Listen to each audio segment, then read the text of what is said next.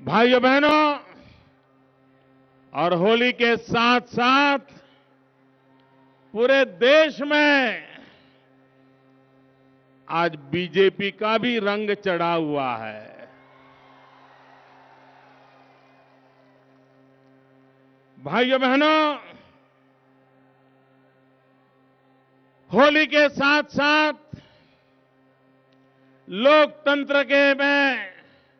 लोकतंत्र का सबसे बड़ा उत्सव, ये उत्सव है चुनाव। होली के साथ साथ देश चुनाव के रंग में भी रंग जाएगा। भाइयों बहनों, मुझे विश्वास है इस चुनाव में होली के रंगों की तरह विकास का रंग, प्रगति का रंग, आत्मीयता का रंग, भाईचारे का रंग, सद्भावना का रंग पूरे हिंदुस्तान में हम बिखेरेंगे और पूरे हिंदुस्तान में होली के त्योहार की तरह ही चुनाव में भी जनता जनार्दन की एकता का संदेश लेकर के जाएंगे। मेरी आप सबको बहुत बहुत शुभकामनाएं हैं। भाइयों बहनों, आज जब मैं पूर्णिया की धरती पर आया हूं, आदि शक्ति स्वरूपा माता पूर्णिया देवी के चरणों में मैं नमन करता हूं, मां को प्रणाम करता हूं। भाइयों बहनों, ये धरती पुराण काल से परिचित धरती रही है। हर युग में कहीं न कहीं इस धरती का जिक्र हुआ है। आजादी के आंदोलन में भी यहां के नौजवानों ने कोई कमी नहीं रखी थी। ऐसी इस धरती को मैं नमन करता हूं। ये वो धरती है जहां सतीनाथ भादुड़ी, अनूपलाल मेहता, भोला पासवान शास्त्री जी, डॉक्टर लक्ष्मी नारायण सुधांशु जी, बैद्यनाथ चौधरी जी और साहित्यिक जगत में जिनका नाम अमर रहा है, ऐसे फणीश्वरनाथ रेणु और हम सबको प्रेरणा देने वाली इस धरती के महर्षि परमहंस महर्षि मही जी के आशीर्वाद, जो सर्वजन हिताय सर्वजन सुखाय, इसी मंत्र को लेकर के आज भी पीढ़ियों को प्रेरणा देते रहे हैं, उस महापुरुष को भी मैं नमन करता हूं। और मैं उदय जी का आभारी हूं कि उन्होंने मेरे सम्मान में मुझे एक ऐसा प्रसाद दिया है, वो मेरी ताकत बनेगा। और महर्षि मही जी की तस्वीर मुझे भेंट की है। मैं उदय जी का बहुत आभारी हूं इस बात के लिए। भाइयों बहनों,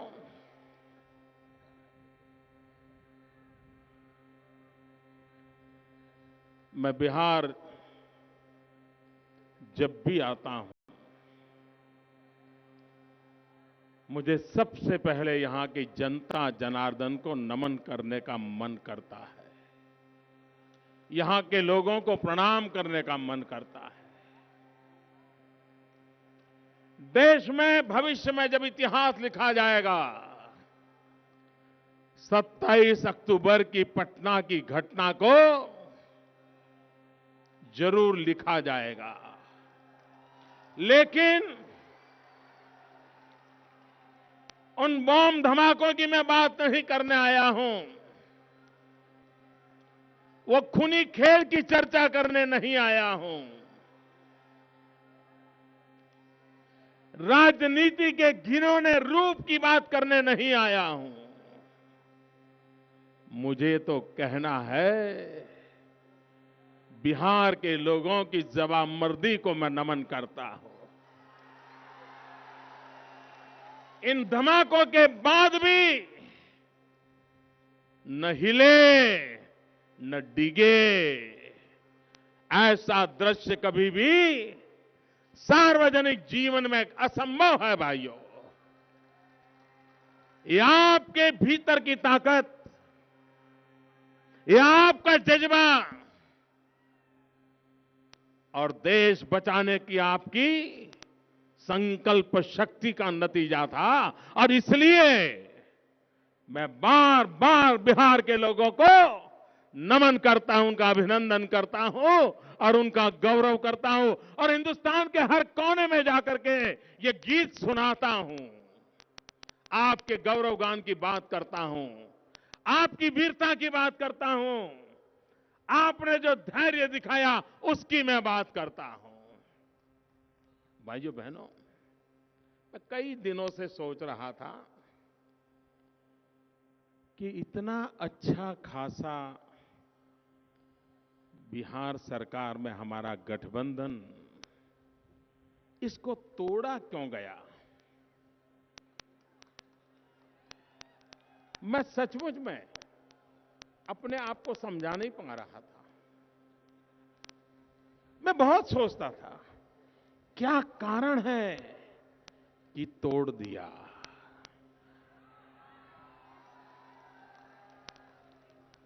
कोई कहता था अहंकार, कोई कहता है ये तो पीठ में छुरा भोंकना उनका स्वभाव ही है।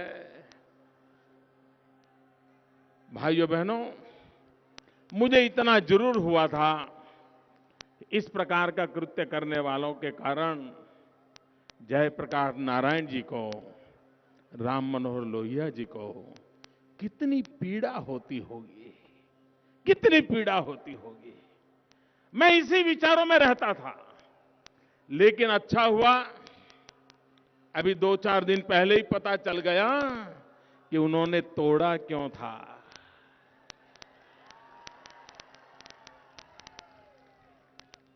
प्रधानमंत्री का सपना उनको सोने नहीं देता था।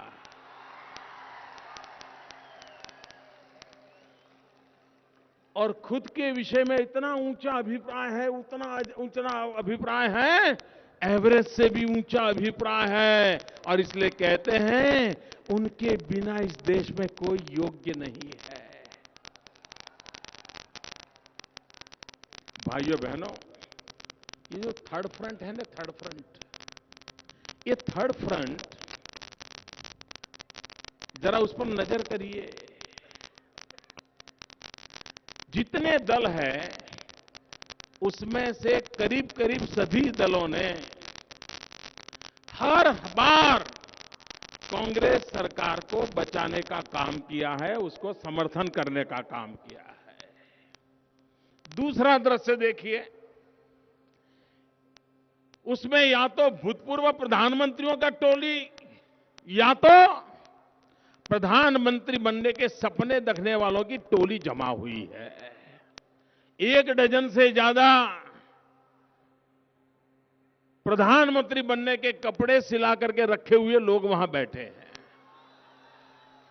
1 डजन से ज्यादा। भाइयों बहनों, मैं पूर्णिया की धरती पर आया हूं। मैं आपसे एक सवाल पूछना चाहता हूं, आप जवाब देंगे? ऐसे नहीं, सिर्फ पटना तक सुनाई दे ऐसी आवाज नहीं चाहिए, दिल्ली तक सुनाई दे ऐसी आवाज चाहिए।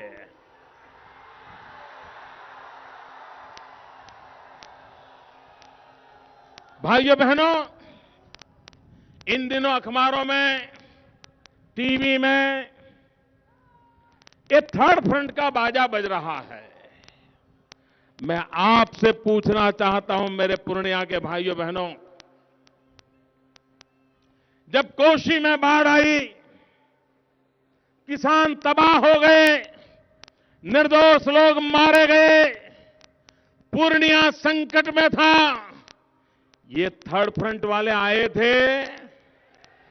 जरा जोर से बोलो, आए थे?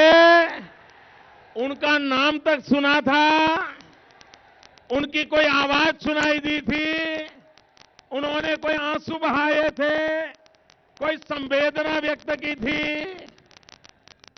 कहां गए थे तब, जब कोशी में लोग मर रहे थे, तब कहां खो गए थे। और आज चुनाव के लिए निकल पड़े हो। अरे मैं उनको पूछना चाहता हूं, जब गुजरात की धरती पर भयंकर भूकंप आया, ये थर्ड फ्रंट कहां गया था। अभी आसाम के अंदर कत्ले आम हुआ, हिंदू मुसलमान के दंगे हो गए, तब ये थर्ड फ्रंट वाले कहां सो गए थे। सेना के जवानों के सर काट लिए गए थे, ये थर्ड फ्रंट वाले कहां सो गए थे।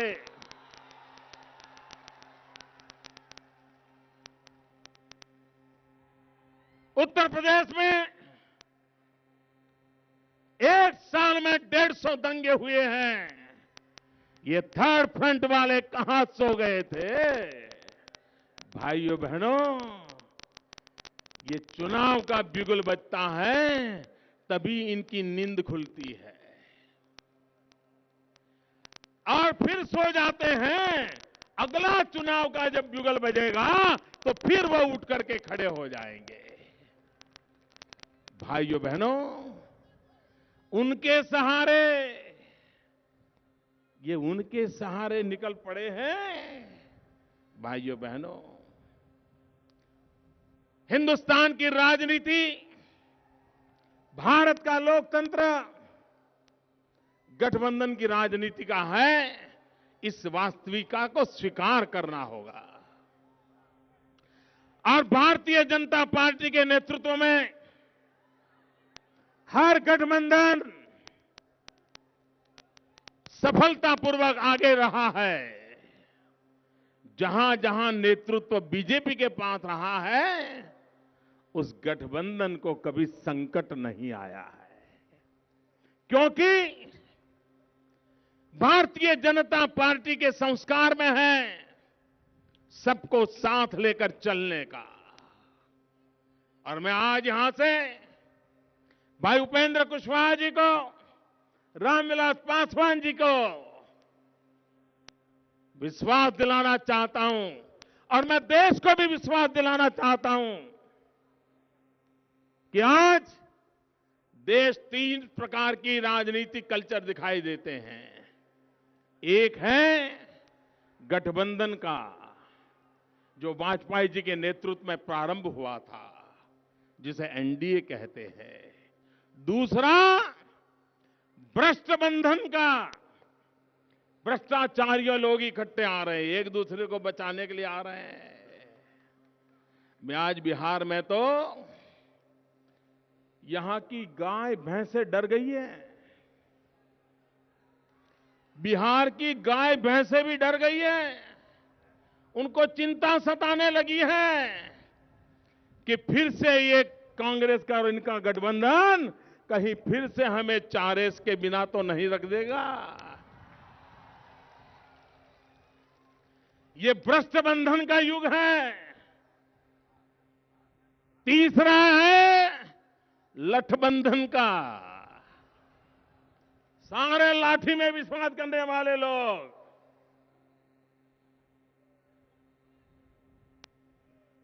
ऐसे लोगों का जमावड़ा इकट्ठा हो रहा है। भाइयों बहनों, लोकतंत्र न भ्रष्ट बंधन से चलने वाला है, लोकतंत्र न लठबंधन से चलने वाला है। लोकतंत्र को ताकत मिलने वाली है एनडीए प्रकार के गठबंधन से मिलने वाली है, और भारतीय जनता पार्टी के नेतृत्व में। भाजपा सिर्फ सरकार का इरादा बनाने का इरादा लेकर के चुनाव के मैदान में नहीं आई है। भाइयों बहनों, मैं साफ शब्दों में देशवासियों के सामने कहना चाहता हूं, हम सिर्फ सरकार बनाने के इरादे से इस चुनाव के मैदान में नहीं आए हैं। हम चुनाव के मैदान में आए हैं स्थिर सरकार बनाने के लिए हम चुनाव के मैदान में आए हैं। प्रगतिशील सरकार बनाने के लिए हम चुनाव के मैदान में आए हैं। मजबूत सरकार बनाने के लिए हम चुनाव के मैदान में आए हैं। देश को विकास की ऊंचाइयों पर ले जाने के पक्के इरादे के लिए सिर्फ सरकार बनाना यह हमारा मकसद नहीं है। और इसलिए देशवासियों से मैं एक ही बात मांगता हूं, और वो हमारी बात यही है कि दिल्ली में मरी हुई, अस्पताल में पड़ी हुई, कहीं बाहर से ऑक्सीजन के सहारे जी रही, ऐसी सरकार से मुक्ति चाहिए दोस्तों, ऐसी सरकार से मुक्ति चाहिए। भाइयों बहनों, कुछ लोगों का अहंकार सातवें आसमान पर है और इसलिए उनके संबंध में कुछ भी कहो, हफ्ते भर उनको नींद नहीं आती है, उनकी नींद बेचैन हो जाती है। और जब तक कोई जवाब लिख करके न दें और जब तक वो जवाब दे नहीं, जहर उगले नहीं, उनको चैन नहीं होता है। भाइयों बहनों, बिहार की जनता जंगल राज से मुक्ति चाहती थी। चाहते थे ना भाइयों? आप जंगल राज से मुक्ति चाहते थे ना? आपको जंगल राज से मुक्ति चाहिए थी ना? भाइयों बहनों, आज पूरे देश में जंगल राज फैला दिया गया है और इसलिए बिहार के लोगों ने देश को जंगल राज से मुक्ति के लिए नेतृत्व करना पड़ेगा। सबसे बड़ी अगुवाई मेरे बिहार के भाइयों बहनों को करनी पड़ेगी। बिहार का क्या हाल करके रखा है। अभी मुझे किसी ने बताया कि यहां पर स्कूलों में एक सर्वे किया, सरकार ने किया। आप देखिए, ये आज के बिहार को बर्बाद कर रहे हैं ऐसा नहीं है। ये ऐसे नेता हैं, वोट बैंक की राजनीति में डूबे हुए नेताओं की ऐसी जमात है जो आज आपके राज्य को तबाह कर रहे, ऐसा नहीं, वे आपकी आने वाली पीढ़ियों को भी तबाह करने का पाप कर रही है। भाइयों बहनों, पाप कर रही है। बिहार सरकार के दफ्तर पर जांच करने से पता चला, और अभी अभी चला, 1900 स्कूल ऐसी है, 1900 जिसका खर्चा हो रहा है, तनख्वाह जा रहा है, मध्याह्न भोजन जा रहा है, सब खर्चा हो रहा है, लेकिन कहीं पर वो स्कूल है ही नहीं। भाइयों बहनों, ये कागजी स्कूलों से बिहार के बच्चों का भविष्य बनेगा? जरा पूरी ताकत से बताइए, ये कागजी स्कूलों से बिहार के बच्चों का भविष्य बनेगा? कागजी स्कूलों से बिहार के बच्चों का भविष्य बनेगा? क्या धरती पर स्कूल होनी चाहिए कि नहीं होनी चाहिए? बजट खर्च होता है तो स्कूल दिखनी चाहिए कि नहीं दिखनी चाहिए? 1900 स्कूल ऐसी पाई गई है। इतना ही नहीं, जहां ये नेता लोग बैठते हैं ना, पटना में 90 स्कूल कागज पर है, 90 स्कूल कागज पर है। भाइयों बहनों, ये कैसी सरकार चला रहे हैं? ये किसकी मिली भगत है? कहां जा रहे हैं पैसे? ये गरीब के पैसे हैं जिसे लूट लिया जाता है। भाइयों बहनों, बिहार में क्या क्या हो रहा है, मुझे किसी ने बताया। कोई देवकी चौधरी, ये देवकी चौधरी अपने बिजली का बिल चुकाने के लिए गए थे और उनको पुलिस स्टेशन में बंद करके मारा गया, उनको मौत के घाट उतार दिया गया। भाइयों बहनों, एक बुजुर्ग को अगर इस प्रकार से मारा जाता है तो आप मुझे बताइए भैया, ये शकूराबाद में बाद में पुलिस स्टेशन का घेराव किया गया, लोगों ने गुस्सा जताया। बिजली का बिल भरने के लिए जा रहे इंसान को अगर मौत के घाट उतार दिया जाए पुलिस थाने के अंदर, तो कानून व्यवस्था कहां से लाएंगे? आपको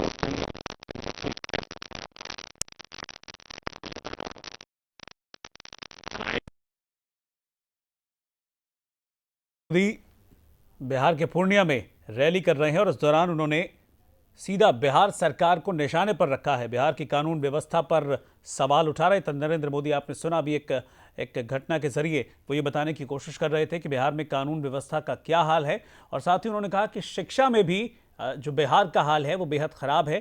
पूरे बिहार में तकरीबन 1900 ऐसे स्कूल हैं जो कि सिर्फ कागजों पर चल रहे हैं, यानी कि वो स्कूल हैं ही नहीं, सिर्फ कागजों पर उन स्कूलों को दिखाकर पैसा खाया जा रहा है। ये सीधा आरोप उन्होंने बिहार सरकार पर लगाया। इससे पहले नीतीश कुमार पर भी उन्होंने एक बड़ा गंभीर आरोप लगाया कि जनता दल यूनाइटेड ने दरअसल जो बीजेपी से गठबंधन तोड़ा है उसके पीछे वजह नीतीश कुमार का सपना है कि वो देश के प्रधानमंत्री बनना चाहते हैं, इसीलिए वक्त वक्त पर खुद को पीएम मटीरियल के तौर पर वो बताते रहते हैं। और यही वजह है कि उन्होंने खुद के सपने के लिए बिहार में इस गठबंधन को तोड़ दिया, एनडीए से वो बाहर निकल गए। इसके अलावा मोदी के निशाने पर थर्ड फ्रंट भी रहा। मोदी ने कहा कि थर्ड फ्रंट बातें तो बड़ी बड़ी करता है लेकिन वक्त के समय हमेशा वो गायब रहता है। उन्होंने कहा कि गुजरात में जब भूकंप आया था तब कहां था थर्ड फ्रंट, जब यूपी में हिंसा हुई थी उस वक्त कहां था थर्ड फ्रंट। निशाना साधते हुए मोदी ने यह भी कहा कि थर्ड फ्रंट का कोई भी भविष्य नहीं है, एकमात्र बीजेपी ही ऐसी पार्टी है जो विकल्प दे सकती है। दिल्ली की सरकार कमेटी बना दें,